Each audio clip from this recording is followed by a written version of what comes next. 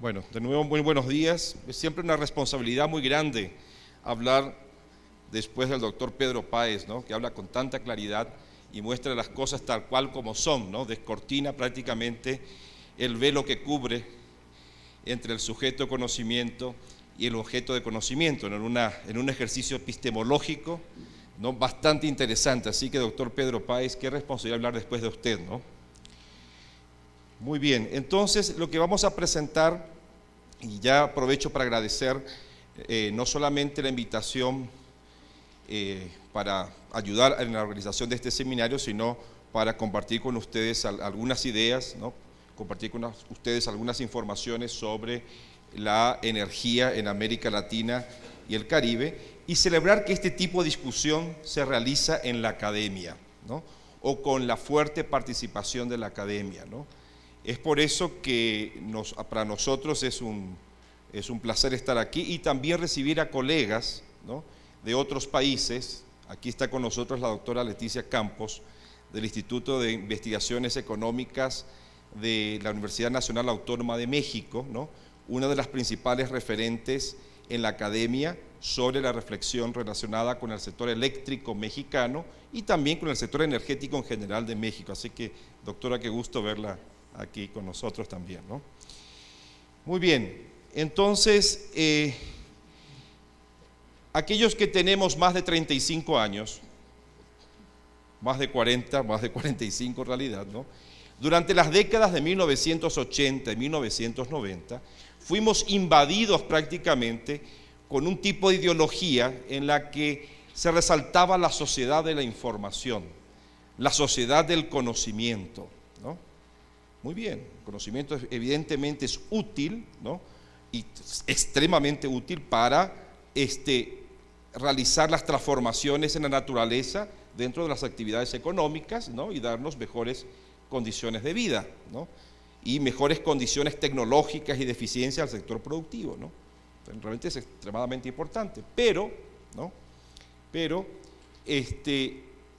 nos olvidábamos, parece, cometiendo un error ya resuelto en la filosofía hace cerca de 800 años, por Santo Tomás de Aquino, que nos decía que de la nada, nada viene y a la nada, nada va. Daba la impresión que la materia prima, que los recursos de la naturaleza, en los cuales somos ricos, los países en desarrollo, en particular, no valían nada. Dentro de esa ideología que acompañó la ideología neoliberal ya expuesta por el doctor Páez, los precios, es decir, dentro de esa ideología, se daba a entender que la materia no valía nada y que los recursos no valían nada. Entonces era muy fácil entender por qué cayeron. No fue el único motivo, pero eso ayudó a generar una sensación de que solamente la información, el conocimiento, ¿no? Se daba como ejemplo a los países que sin recursos, ¿no?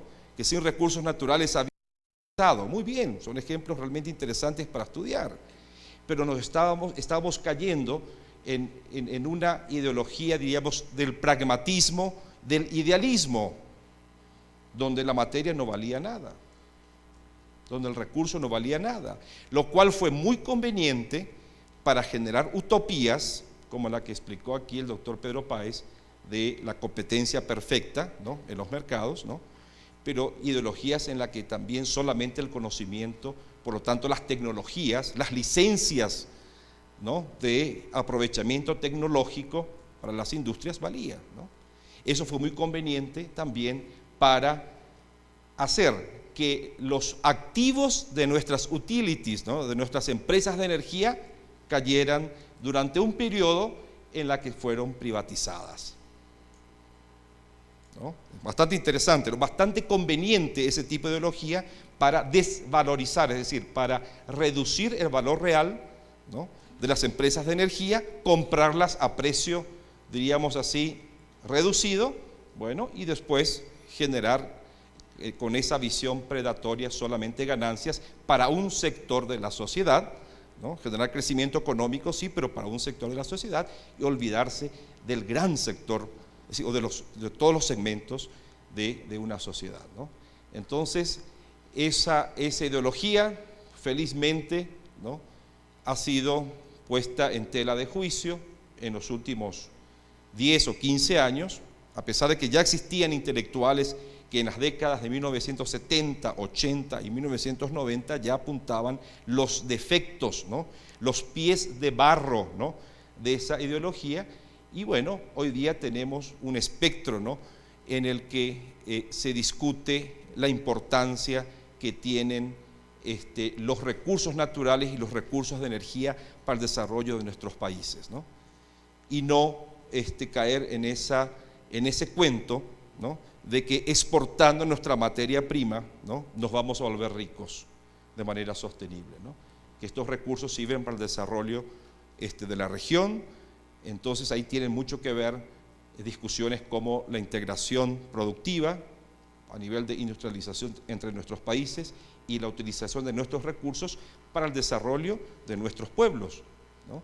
Y no generar ese tipo de ejercicio, ¿no?, predatorio del bolsillo, inclusive de pueblos hermanos finalmente, ¿no?, como el de Estados Unidos como pueblo, ¿no?, en el que la Enron, el caso de la Enron que fue citado aquí por Pedro Páez, ¿no?, capturaron poco antes de anunciar, ¿no?, su caída en las bolsas de Wall Street, ¿no?, capturaron $50.000 millones del bolsillo de, no solamente de empresas pequeñas, sino de ciudadanos norteamericanos y del mundo también, y fueron engañados. $50.000 millones.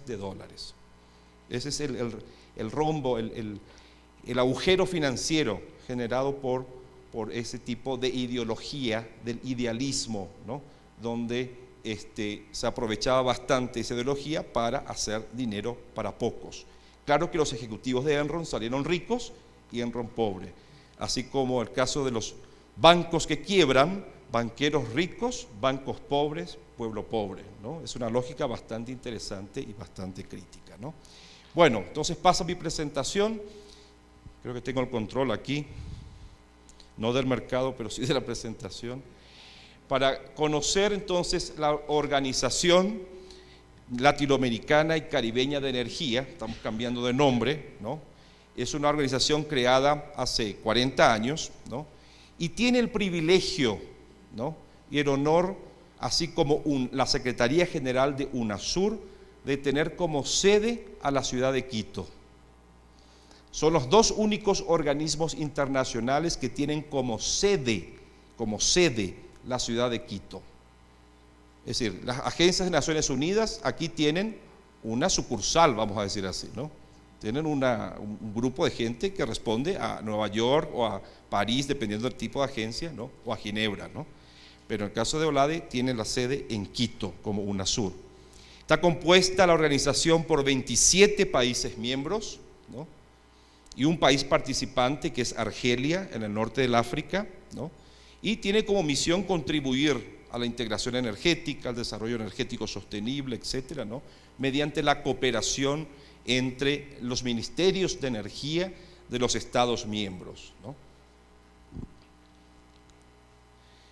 Bueno, voy a hacer una descripción de qué representamos desde el punto de vista de los hidrocarburos, ¿no?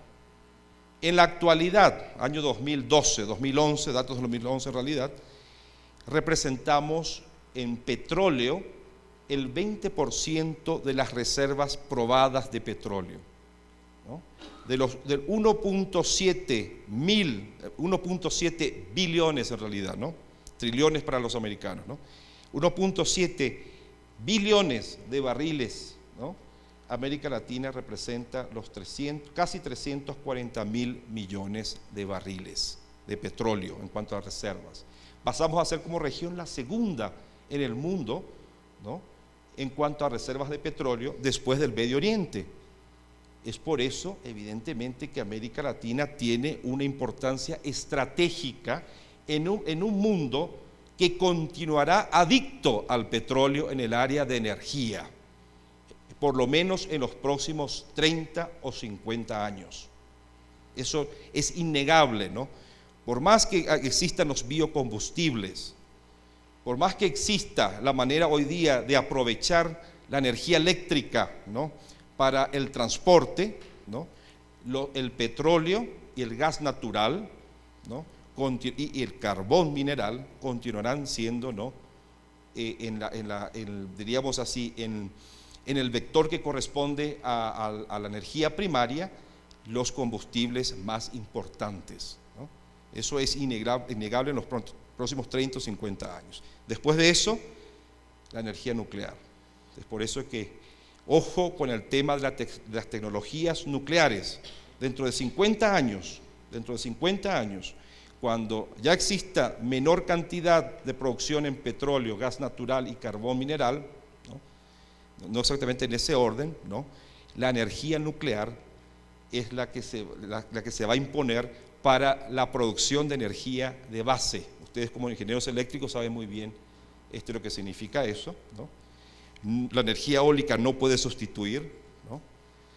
La energía hidroeléctrica también, pero se verá complementada en casos que no exista ese recurso, ¿no?, por la energía nuclear. Entonces, la cooperación en energía nuclear es algo fundamental.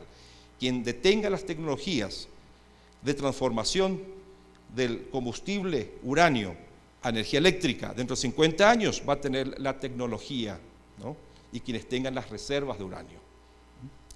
Muy bien. En cuanto a gas natural, no tenemos tanta importancia en el mundo, ¿no? Tenemos 4 o 5% de las reservas, ¿no? Esta gráfica muestra, en el caso de América Latina, en la torta de la izquierda, la importancia de Venezuela. Venezuela tiene, en cuanto a petróleo, el 90% de las reservas probadas de petróleo de toda la región. Después están Brasil, México, Ecuador y otros, ¿no? Fíjense la importancia que tiene Ecuador en lo que se refiere al petróleo, ¿no? Bueno, en cuanto a gas natural, tenemos un 4 o 5%, pero este recurso está mejor distribuido en la región, ¿no? Entonces, del 7.9, es decir, de 8 giga, es decir, 10 a la 12 metros cúbicos de gas natural, Venezuela tiene el 70%, pero ahí comparte Venezuela cierta importancia también en cuanto al gas natural con Brasil, Trinidad y Tobago, ¿no?, Perú, México, Argentina, Bolivia, Colombia y otros países. Entonces el gas natural, si bien tenemos menos, ¿no?, comparativamente con el petróleo, es un recurso que está mejor distribuido, o sea, más distribuido en la región.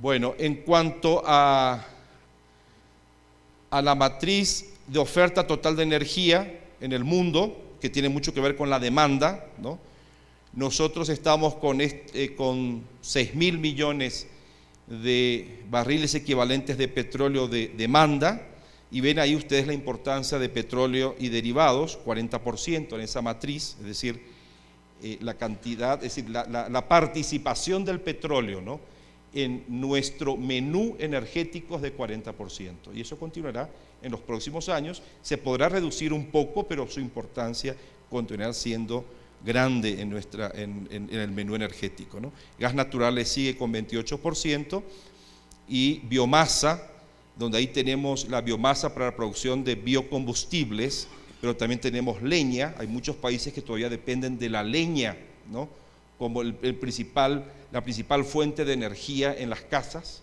en el medio rural principalmente, ¿no? Entonces eso influye en ese número de 14%, hidroenergía 9%, otras renovables 3% y nuclear 1%, ¿no?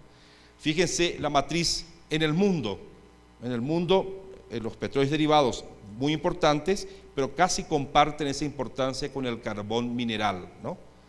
Y ahí el famoso discurso del cambio climático, ¿no? América Latina no produce energía eléctrica prácticamente con carbón mineral, ¿no? Pero en el mundo, principalmente en Estados Unidos, la producción de electricidad se realiza mediante el carbón mineral. No obstante, todos somos culpables del cambio climático, esa historia toda, ¿no? Así que es un discurso que siempre tiene que ser analizado con lupa y con datos empíricos para que podamos responder de manera efectiva, pero también real, a las demandas que nos hacen, demandas en el marco de los convenios internacionales con relación a la relación entre energía y medio ambiente. Cuidado, la matriz energética de América Latina es la más limpia que existe en el mundo, ¿no? Prácticamente 26% de las fuentes primarias de energía corresponden a energías renovables en América Latina. Claro que eso difiere de país a país, y esto tiene mucho que ver con Brasil, que produce electricidad con hidroenergía, y a los biocombustibles. Claro que eso tiene que ver con... Pero desde el punto de vista general de conjunto, tenemos una matriz energética bastante limpia, ¿no? Ya en el caso del mundo, 13%, ¿no?, de las fuentes primarias de energía son renovables en el mundo. El resto es fósil. Y ustedes ven por qué. Por el carbón mineral, ¿no? Y si vemos la matriz de producción de energía eléctrica en América Latina, es también la más limpia, ¿no? 50% de la producción corresponden a hidroelectricidad, es decir, producción eléctrica con hidroenergía, y por lo menos un 10% más de otras fuentes renovables de energía para la producción de electricidad. En el mundo, solamente 20% en promedio de electricidad se produce con fuentes renovables de energía. Consumimos más o menos unos 13 a 14 millones de barriles equivalentes de petróleo, ¿no? Eso como un todo, ¿no? Barriles equivalentes de petróleo, es decir, consumimos como energía eléctrica, como biomasa, como petróleo, como derivados, etcétera, consumimos más o menos 13 a 14 millones de barriles de petróleo por día. Pero en realidad no todo eso es petróleo, ¿no? Consumimos en realidad como petróleo, ¿no?, y derivados alrededor de 6 millones. 6 millones es realmente petróleo. El resto es hidroenergía convertida a electricidad y bueno, se busca la equivalencia, ustedes como ingenieros saben muy bien, con el poder calorífico del petróleo, ¿no? Bueno, aquí vemos nuestra participación en la producción de petróleo en el mundo, ¿no? Se producen 83 millones de barriles por día, nosotros estamos produciendo el 12%, es decir, más o menos ahí unos 10 millones de barriles de petróleo como petróleo, ¿no? De los cuales consumimos más o menos, les dije, 6 y 7, significa que nuestra región es exportadora de petróleo. Si viendo así, con una primera fotografía vemos que la región es exportadora de petróleo, ¿no? Y por lo tanto muy estratégica como el Medio Oriente, que es el Medio Oriente, Rusia, parte del África, que también son exportadores de petróleo, ¿no? Y es por eso que los conflictos que tienen que ver con la geopolítica del petróleo y de la energía, ¿dónde se concentran? ¿Por qué no hay problemas, qué sé yo, en Suiza, por decirlo de cierta manera, ¿no? Pero sí hay problemas en Libia, donde hay 44.000 millones de barriles de petróleo de reservas, 3 veces más lo que tiene México como reservas probadas, 44.000 millones en Libia, en Irak, en Irán, ¿no? ¿Por qué hay problemas en esos lugares? Hay que reflexionar un poquito, ¿no? Tiene mucho que ver entonces, ¿no?, el control sobre los recursos naturales, en este caso el petróleo, la principal fuente de energía del mundo y que continuará siendo en el futuro. Y por tanto, nos toca a nosotros en América Latina, donde participamos del 20% de las reservas de petróleo y del 12% de la producción, pensar también de un punto de vista estratégico con relación a esos recursos, ¿no? Bueno, aquí vemos el alcance de las reservas de hidrocarburos en América Latina, en este caso el petróleo, ¿no? Vemos en barra, vemos la producción, ¿no?, en miles de barriles, en millones de barriles por año, y vemos en un cuadradito, en el gráfico que corresponde a la línea, con unos cuadraditos de datos, vemos el alcance de reservas con relación a la producción, es decir, es el cociente entre reservas y producción anual. Entonces, en el caso de Venezuela, que es la primera barra, ¿no?, produce bastante petróleo, está cerca de los 3 millones de barriles por día, ¿no? Pero tiene un horizonte de producción con ese nivel, ¿no? De producción anual y con las reservas actuales de producir lo mismo durante 273 años. Ahí tiene que haber también una cuestión tecnológica, ¿verdad? Porque es un petróleo pesado, entonces necesita una concentración diferente de capital y de tecnología con relación, por ejemplo, al petróleo en los países árabes, ¿no? Y en Brasil, que es también diferente, ¿no? México, 11 años, ¿no? Está produciendo prácticamente lo mismo de Venezuela, 2 millones y medio, 2.700.000 barriles por día. Brasil, que produce 2 millones, un horizonte de 20 años. Colombia, que produce 1 millón de barriles por día, un horizonte de 7 años. Ojo, 7 años, ¿no? Argentina, 12. Ecuador, 34. Entonces, en cuanto a indicador de cociente entre reservas y producción, Ecuador está bastante bien con sus 30 años, bastante confortable, ¿no? Trinidad y Tobago, 16, y bueno, ahí vemos los demás países, ¿no? Si viésemos el cuadro con relación al gas natural, el gráfico, veríamos ahí México, el mayor productor de gas natural, ¿no? Le sigue Argentina, Venezuela, Trinidad y Tobago, que es un país pequeño, ¿no? Está en el Caribe, entonces es un conjunto de islas, ¿no?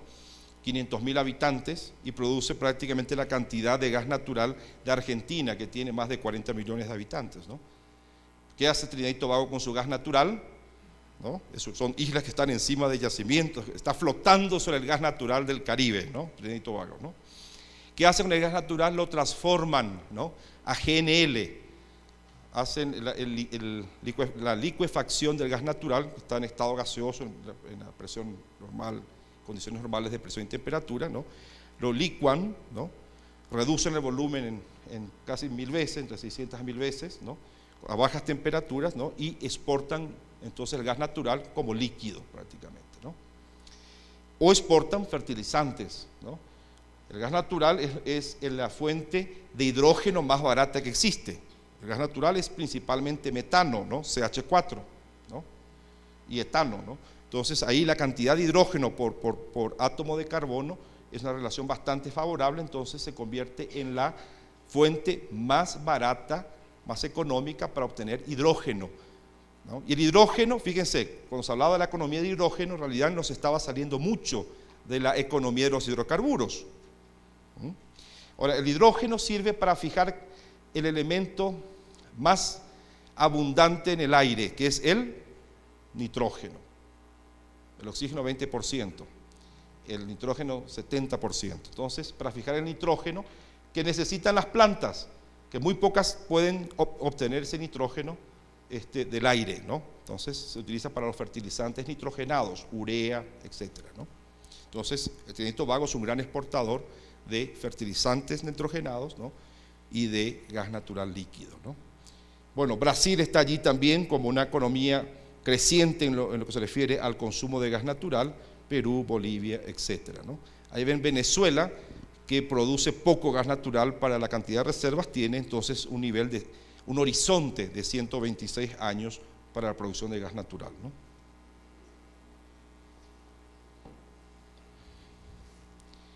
Muy bien, aquí hicimos un ejercicio en OLADE con los compañeros y compañeras de la organización de ver cuál es el balance de hidrocarburos para cada país, ¿no? Lo que está en azul es la producción de petróleo y derivados, lo que está en amarillo es la demanda interna de lo mismo, lo que está en verde hacia abajo es exportación y lo que está en rojo es importación, es un déficit, vamos a decir, que el país necesita importar petróleo y o derivados, ¿no? Vemos el caso de Venezuela, el mayor exportador de petróleo, y México también, son grandes productores y también son grandes exportadores, ¿no? El caso de Brasil, que está en el grupo 1, más o menos equilibrado. Aquí en el segundo grupo, que hicimos esa división apenas por tema de escala del gráfico, vemos la posición que tienen Colombia y Ecuador como exportadores de petróleo y o derivados, ¿no? En el caso de Ecuador es petróleo, ¿no? El caso de Colombia es petróleo y o derivados. Argentina un poquito, está prácticamente en el límite, en el caso de Argentina, ¿no? Que era un país en el que se creó la primera empresa estatal del hemisferio del área de petróleo, la YPF, Yacimientos Petrolíferos Fiscales, ¿no? Que fue privatizada en los años de 1990 y que el año pasado se tomó nuevamente el Estado argentino como empresa propia, ¿no?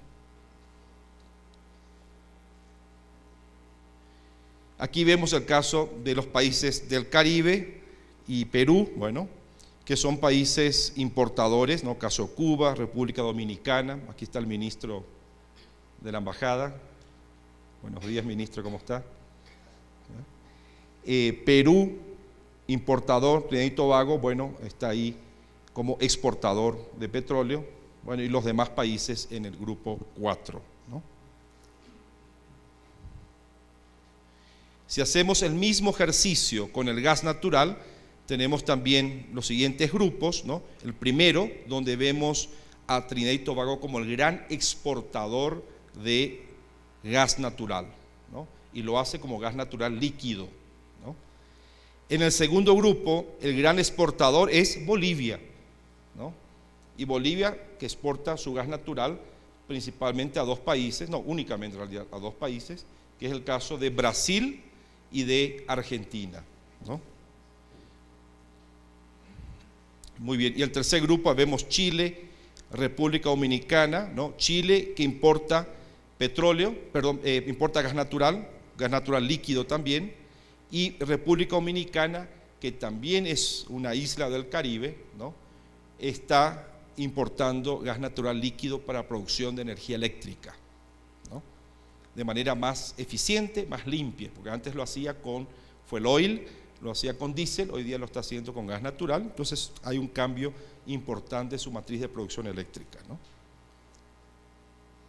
Bueno, ¿dónde está México? Allí, México, doctora, ¿no? Que sabemos muy bien que importa gas natural de los Estados Unidos de América y que por tanto, ¿no? Está ahora en una situación de reflexión con relación a los precios y al desarrollo de su matriz energética, debido a que los precios del gas natural en el mercado, en el Henry Hub, ¿no? De Estados Unidos han caído, ¿no? Debido al shale gas, al gas de esquisto, gas de lutita, ¿no? De los Estados Unidos. Entonces hace que eso modifique la orientación de la política energética en México. La doctora seguramente va a explicarnos algo con relación a ello, ¿no? Brasil, que es el importador de gas natural boliviano, importa algo también como gas natural líquido. Bueno, es el gráfico de los grandes exportadores de petróleo y gas natural, ¿no? Ahí Ecuador está como un ejemplo de exportador de petróleo, ¿no? Bueno, y aquí vemos el comercio interregional de petróleo, ¿no? Donde vemos, como les dije, la región es una región exportadora de petróleo, es por eso que vemos que esas flechitas salen de la región hacia el mundo, ¿no? ¿Y a quiénes exportamos? Bueno, a los Estados Unidos de América, Venezuela, ¿no? A Europa, ¿no? Exportamos a China, exportamos al resto de Asia, y bueno, ahí hay un intercambio también de petróleo entre México y Estados Unidos, ¿no? Y si viésemos lo mismo para el caso del gas natural, vemos ahí los exportadores a través de gasoductos con las flechas rojas, ¿no? Vemos que Colombia exporta a Venezuela gas natural, Bolivia a Brasil, ¿no? Bolivia a Brasil, Bolivia a la Argentina, Argentina a Chile, muy poco hoy día, Argentina a Uruguay también muy poco, casi nada a Uruguay, ¿no? Y vemos los gasoductos entre Estados Unidos y México, ¿no? Y también vemos las exportaciones de gas natural líquido de Trinidad y Tobago, que era el antiguo proveedor de gas natural, uno de los proveedores de gas natural líquido de Estados Unidos, pero debido justamente a la caída de los precios, ¿no? Fíjense, $3 por millón de BTU está hoy día el precio del gas natural en Estados Unidos, ¿no? $3 por millón de BTU, ¿no? Mientras que Trinidad y Tobago vende su gas natural líquido por arriba de los $11, $12 el millón de BTU. Ya hubo periodos recientes en los que los países importadores estuvieron pagando $18 por millón de BTU, ¿no? Entonces, evidentemente, Trinidad y Tobago busca nuevos mercados para su gas natural líquido, ¿no? Y lo encontró en los grandes consumidores del gas natural, ¿no? Argentina, Chile, Brasil, ¿no? República Dominicana recibe gas natural de Trinidad y Tobago, ¿no? Para citar algunos ejemplos. Y Perú importa un poco de gas natural líquido a México, ¿no? Y también a Estados Unidos. Más o menos tenemos ahí un mercado del orden de los 5.000 millones de dólares, entre 4.5 a 5.000 millones de dólares por año de transacciones en gas natural a través de gasoductos. Y aproximadamente la mitad, es decir, 2 a 2.5 mil millones de dólares de transacciones de compra-venta de gas natural líquido en la región, ¿no? Bueno, esto es con relación a la capacidad de refinación. Tenemos un 9% de los 93 millones de barriles por día. El mundo tiene esa capacidad de refinación hoy día, ¿no? Si todavía hay una reserva allí de unos cuantos millones, ¿no? De unos 5 o 6 millones de barriles por día que se pueden refinar, ¿no? El consumo mundial de petróleo está más o menos parado, es decir, que esta reserva se va a mantener por un buen tiempo. Justamente la región de América Latina es la que está creciendo en cuanto a consumo de derivados, más o menos unos 180.000 barriles por día de crecimiento por año. No sé si me entienden, ¿no? Entonces estamos creciendo unos 180.000 barriles por día, ¿no? Es decir, y a pesar que existe una diferencia y una reserva de capacidad de refinación, ¿verdad? Es algo a pensar en el futuro, porque es una de las únicas regiones del mundo que está creciendo en cuanto a consumo de combustibles, ¿no? Claro, China mucho más, India mucho más por razones obvias, ¿no? Y África, que es la región que todavía se tiene que desarrollar bastante, es también el lugar de las grandes oportunidades, ¿no? Espero que ellos aprendan de lo que ha pasado en América Latina, para que no ocurra lo mismo, ¿no? En cuanto me digo a la depredación de los recursos, ¿no? Bueno, aquí entonces vemos, hay un gráfico en el que estamos viendo, en azul, la barra azul es oferta de petróleo crudo, pero para el país, no la producción total, ¿no? En la oferta para el país, en rojo la capacidad de refinación y en verde la oferta de derivados, ¿no? Entonces vemos el caso de Brasil, que entonces esa oferta interna de derivados es mayor, entonces demuestra la necesidad de importación de derivados en el caso de Brasil, ¿no? Por ejemplo, ¿no? El caso, vean, de Venezuela, que es el tercer ejemplo allí, la oferta interna es grande, en el azul, la capacidad de refinación también es grande, inclusive mayor a la producción, y la oferta de derivados es menor a esa oferta interna y a la capacidad de refinación interna. Significa, en el caso de Venezuela, también puede inclusive exportar derivados. Y veamos el caso de Ecuador, que está en el segundo grupo, ¿no? Ecuador, una oferta interna grande, ¿no? Una capacidad de refinación para esa oferta interna, claro, está igualada prácticamente, pero tiene una necesidad de importación de derivados, ¿no? Que es la gran pregunta que se hace el gobierno desde hace muchos años, ¿no? De cómo es que un país petrolero puede estar importando derivados, ¿no? Esa es la gran pregunta que se hace, ¿no? Bueno, y aquí vemos los demás países. República Dominicana, importador de derivados. Bueno, Panamá totalmente, no refina ni siquiera. Honduras también, y Paraguay también ahí como casos, y otros, ¿no? Como casos de grandes importadores de derivados, ¿no? ¿Qué pasa con el sector eléctrico, no? En consumo de electricidad per cápita, fíjense, aquel primer país es Trinidad y Tobago, ¿no? Con 6.000 kilovatios hora de consumo por habitante por año. 6.000 es más o menos la mitad de lo que consume un norteamericano en los Estados Unidos de América. 10.000, 11.000 kilovatios, es decir, el consumidor más voraz del mundo, ¿no?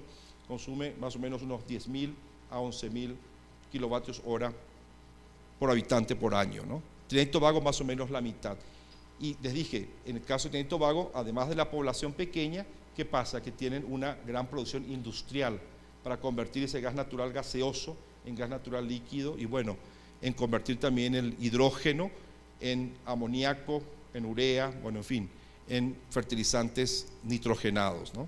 Chile, ¿no? También por su minería, está ahí en los 3.000, 3.500 kilovatios por hora, pero el promedio en América Latina está en el orden de los 2.000 kilovatios hora por habitante por año, ¿no? Es un consumo bastante bajo. Si uno compara, por ejemplo, este indicador con Europa, Europa tiene el doble, 4.000 kilovatios hora por habitante, ¿no?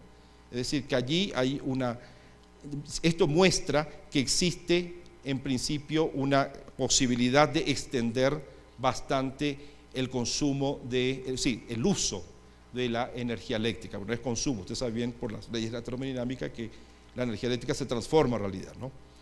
Bueno, entonces hay una gran posibilidad de expansión del sector eléctrico en toda la región. Sí, América Latina va a continuar creciendo, va a continuar necesitando de energía eléctrica. No solamente el combustible fósil, sino energía eléctrica, ¿no? Que es una energía secundaria que puede provenir, usted sabe muy bien, de la transformación o del consumo, en ese caso, de los combustibles fósiles, pero también de la hidroenergía, de la energía eólica, que están instalando parques eólicos ahora en Ecuador, ¿no? De la energía geotérmica, energía del subsuelo, ¿no? El grado geotérmico, que por el vulcanismo y otros motivos geológicos, Ecuador está en el cinturón de fuego del Pacífico y tiene entonces esa posibilidad de utilizar la energía geotérmica para producción de alta entalpía, para producción de energía eléctrica, entre otros recursos para fundamentar, o sea, para dar base a ese crecimiento, a esa expansión del sector eléctrico ecuatoriano. Y ahí vemos Ecuador, ¿dónde está? Ecuador está hacia la derecha, tenemos más o menos unos 1.000 kilovatios hora por habitante, ¿no? Es decir, en Ecuador hay todavía una posibilidad de consumo de energía eléctrica bastante grande, ¿no?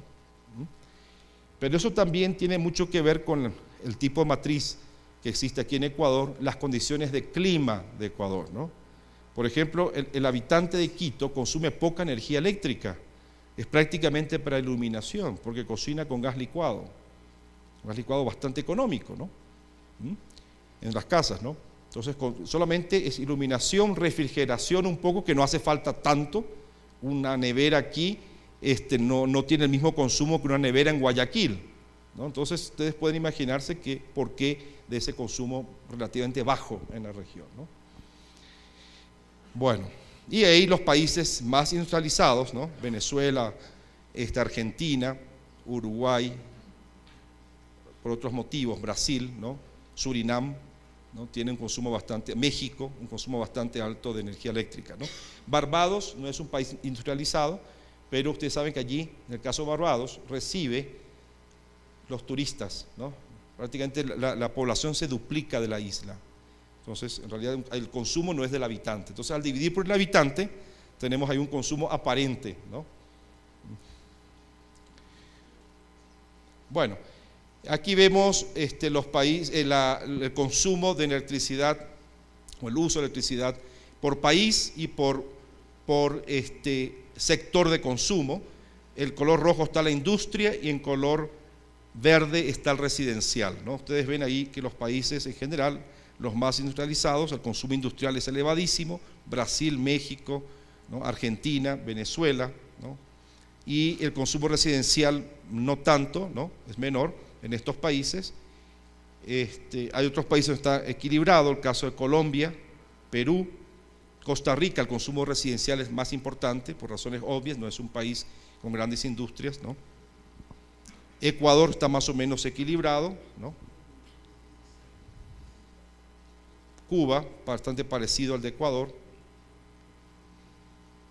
Bueno, y los demás países allí, esto queda con ustedes para analizar los datos, en fin, no vamos aquí a detallar tanto los datos, ¿no? Bueno, esto en correlación a la producción mundial de electricidad, estamos con una producción mundial de 22.000 teravatios hora por año, si 22 por 10 a la 12, ¿no? Vatios hora, ¿no? Por año. América Latina entonces participa del 7% de esa producción, ¿no? Si estamos hablando entonces de cuánto, hay más o menos unos 1.500, ¿no? Teravatios hora, ¿no? Por año. El país donde más se consume energía, donde más se produce energía eléctrica y se consume, ¿no? Es en Asia, Australasia, Europa, Norteamérica y Europa, ¿no? Aquí a México le consideramos no como parte de Norteamérica, sino como parte de América Latina, ¿no? Es que queremos traer a México para el sur, ¿no? Doctora, ¿no? Potencial y capacidad hidroeléctrica en América Latina y el Caribe, ¿no? En el primer grupo vemos el caso de hidroenergía, ¿no? Para la producción de electricidad, de hidroelectricidad, ¿no? En total, en toda la región tenemos un potencial del orden de 700.000 megavatios. 700.000 megavatios. Y actualmente estamos aprovechando un 22%, 23% de esa capacidad, ¿no? De capacidad instalada, ¿no? Entonces tenemos más o menos unos 150.000 megavatios instalados como centrales hidroeléctricas, ¿no? Y aquí vemos esa relación por país. Lo que ustedes ven allí con un porcentaje es la capacidad instalada en hidroeléctricas sobre, totales, ¿no? De todo tipo, sobre el potencial. Allí Brasil es el que tiene un potencial gigantesco, ¿no? 260.000 megavatios. Esto es el potencial viable económicamente, ¿no? Hablando con ciertas restricciones ambientales, esto podría cambiar un poco con el tema del cambio climático y los efectos en los próximos 50 años podría cambiar un poquito, pero es básicamente el número que manejamos, ¿no? Colombia, Perú, México, Venezuela, Argentina y Bolivia son los países con mayores potenciales de hidroelectricidad y con un aprovechamiento, ustedes ven, todos por debajo del 33%, ¿no? El caso de Colombia apenas un 10%, el caso de Bolivia 1%. ¿No? En Bolivia hay una gran posibilidad entonces para la hidroenergía, ¿no? México, ¿no? También, Venezuela también, ¿no? Argentina también, ¿no? Y aquí el segundo grupo, ¿no? Donde también vemos la misma historia, capacidades intermedias, vamos a decir así. Ecuador está allí como uno de los con los mayores índices, ¿no? 25.000 megavatios, ¿no? Pero con un aprovechamiento del 10%, ¿no? Esto es en términos de potencia estamos hablando, ¿no? Y de capacidad instalada, ¿no? No en términos de producción de energía, ¿no? Muy bien, los demás países, esta República Dominicana, señor ministro, de ahí tiene todavía una posibilidad de expandir su hidroelectricidad, pero ciertamente la importación de GNL, desde el punto de vista económico, debe ser más conveniente en este momento, ¿no? Hay razones económicas también, ¿no? Y ambientales, ¿no? Bueno, en generación eólica, ¿no? Aquí yo tengo una sorpresa, ¿no? Porque Argentina estuvo haciendo unas correcciones de sus valores. No hemos conseguido confirmar el valor en Argentina, que se considere esto, ¿no? Esto todavía no es oficial, yo tengo que confirmarlo con la Secretaría de Energía de Argentina, pero el valor que estamos identificando es de uno de los mayores potenciales de energía eólica del mundo, en el caso de Argentina. Es por eso que aparece con 2 millones de megavatios, ¿no? 2 millones de megavatios es un montón, ¿no? Es prácticamente 3 veces lo que tenemos en energía hidroeléctrica toda la región, ¿no? Pero esta cifra, por favor, me gustaría que la consideren de manera provisional, con pinzas todavía. Los otros valores sí están confirmados, ¿no? Totalmente, ¿no? Vean, caso de Brasil con 142.000 megavatios, Chile, Colombia, México con 71.000 megavatios, un gran potencial eólico, Perú, Venezuela 45.000 y Ecuador con un potencial de 884.000 884 megavatios. ¿No? Tenían información que era más, ¿no? 1800, ¿no? De cualquier manera, el dato que estamos manejando también de 800, sí, alrededor de 1000 megavatios, ¿no? Y si sacamos a Argentina, todavía no podemos confirmar esto, ¿no? Tendríamos ahí unos entre 300 a 400 mil megavatios en energía eólica, ¿no? Si sacamos el número de Argentina, ¿no? Estamos hablando de 350 mil megavatios, ¿no? Pero Argentina ciertamente por lo menos debe tener el potencial de Brasil, más o menos, ¿no? Por razones geográficas, ¿no? Bueno, y estamos aprovechando muy poco. Hoy día 3.200 megavatios instalados, 20 megavatios en el caso de Ecuador, ¿no? Hay una gran posibilidad de expansión del parque aerogenerador en nuestros países, ¿no? Se están agregando en el orden de 1.500 a 2.000 megavatios por año.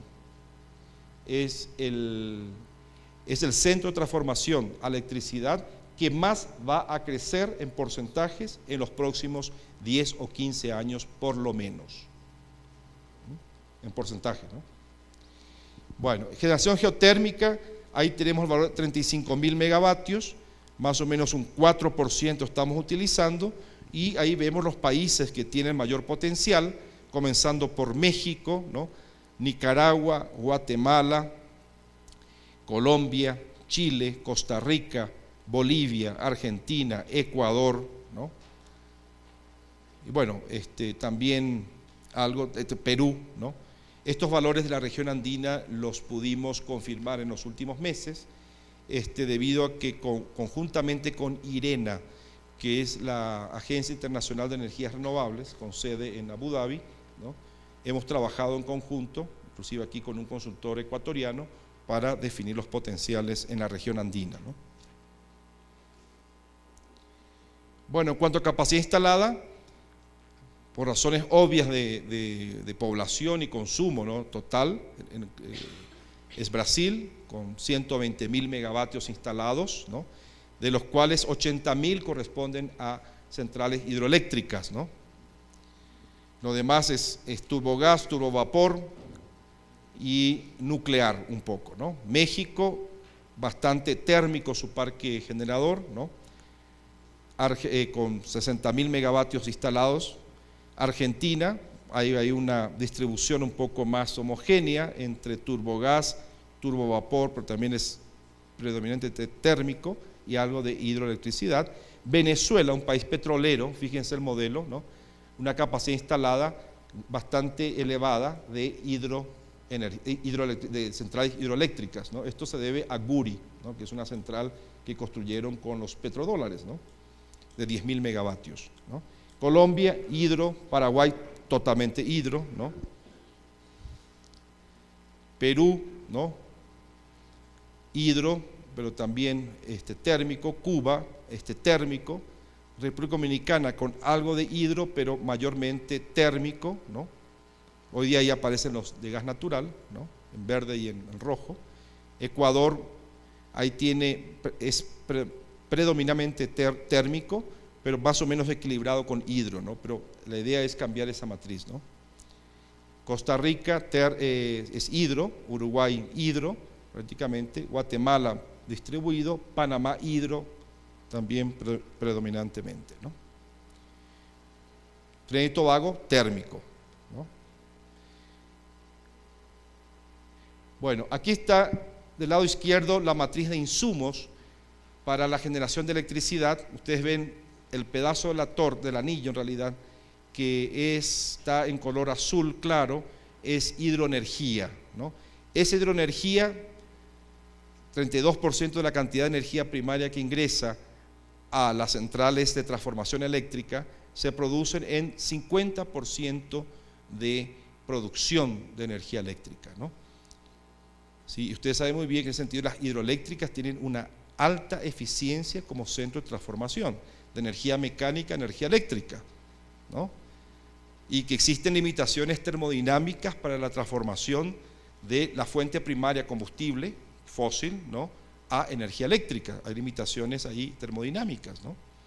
La máxima eficiencia que se obtiene hoy día para las centrales térmicas de ciclo combinado, que aprovechan el calor que proviene de la expansión de gas, del gas natural, ¿no? en las turbinas a gas, para producir con vapor y después energía eléctrica, son del orden del 55%, 57%, no varía mucho más que eso, ¿no? Y la cogeneración puede ser un poquito mayor, pero hay una limitación. Mientras que en el caso de las turbinas, ¿no?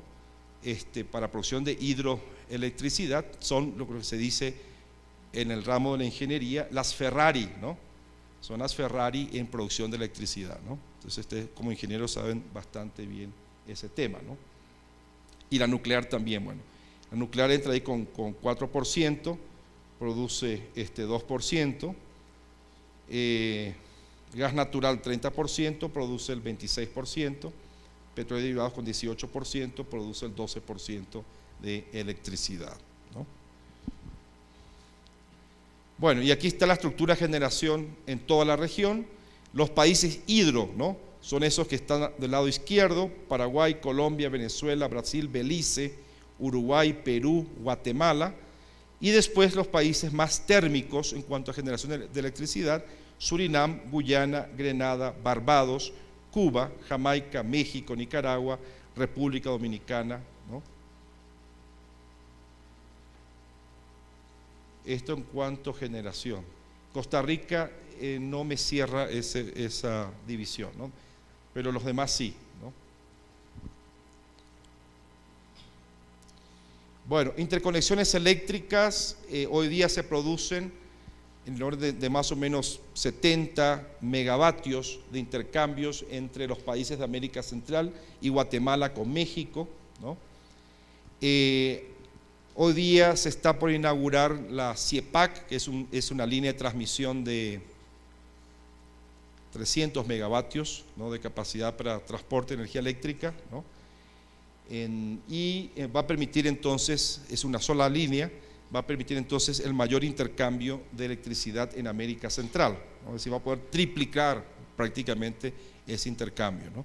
Ellos están generando allá leyes de mercado para considerar el mercado eléctrico de Centroamérica como un solo mercado, ¿no? En fin, hay bastante avance en cuanto a mercado regional de electricidad en esta región o subregión de América Latina. Y en el sur, en América del Sur, aquí tenemos interconexiones entre varios países, ¿no? El centro de las interconexiones se produce en la cuenca del Río de la Plata, ¿no? Entre Paraguay, Argentina, Brasil y Uruguay, ¿no? Debido allí a la existencia de centrales hidroeléctricas que utilizan el recurso primario, la hidroenergía, que es un recurso compartido en ríos internacionales por dos países. Hay 3 centrales hidroeléctricas de ese tipo, que son binacionales, que es el caso de Itaipú, con 14.000 megavatios de capacidad instalada, el caso de Salto Grande, con 1.900 megavatios instalados, y Yacyretá de 3.200 megavatios. Itaipú, Paraguay, Brasil; Yacyretá, Argentina, Paraguay; y Salto Grande, Argentina, Uruguay. En total, esas centrales compartidas entre dos países, ¿no? tienen una capacidad de 20.000 megavatios, ¿no? Que es más o menos, estas 3 centrales podrían abastecer a toda la Argentina, para que tengan una idea, a toda la Argentina, ¿no? Solamente esas 3 centrales, ¿no? Con esa producción allí de 127 teravatios hora por año, ¿no? Y los intercambios entre los países son del orden de los 52.000 gigavatios hora por año, 52.000 gigavatios hora por año, ¿no? En toda la región, incluyendo aquí la región andina, lo cual, si ustedes multiplican allí por un valor más o menos de $50 el megavatio hora, por decir un valor, ¿no? Estamos hablando de intercambios, ¿no? Por lo bajo diría, ¿no?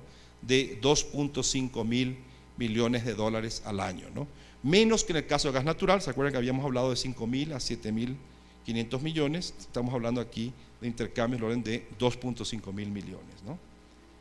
Y ahí ven los intercambios entre Ecuador y Colombia, Ecuador-Perú y Colombia-Venezuela. Y alguito allí Venezuela-Brasil, ¿no? Chile-Argentina es una línea de transmisión que prácticamente no está funcionando, ¿no? Y la idea ahora, hay un proyecto que está financiado por el BID en su estadio de estudio, ¿no?, que busca interconectar Colombia con Chile, pasando entonces por Ecuador, Perú y también Bolivia, ¿no?, que es la interconexión andina, ¿no?, eléctrica, ¿no? Bueno, básicamente quería compartir con ustedes estos datos, ¿no?, que nos ayudan a entender la importancia que tiene la región en el mundo en lo que se refiere a producción de fuentes de energía, pero también nos muestra la importancia que tienen los recursos que tenemos aquí, ¿no?, hidroenergía, petróleo, gas natural, ¿por qué no?, carbón mineral, reservas de uranio. En Brasil es uno de los países donde mayores reservas de uranio existen en el mundo, ¿no?, además de Canadá, Australia y algunos países del África, ¿no? La importancia que tienen entonces estos recursos para la producción de energía y su utilización para el desarrollo de nuestros países de América Latina. Les agradezco inmensamente que hayan soportado estos 45 minutos de exposición. Disculpen, ¿no?, la extensión tal vez, ¿no? Así que muchísimas gracias.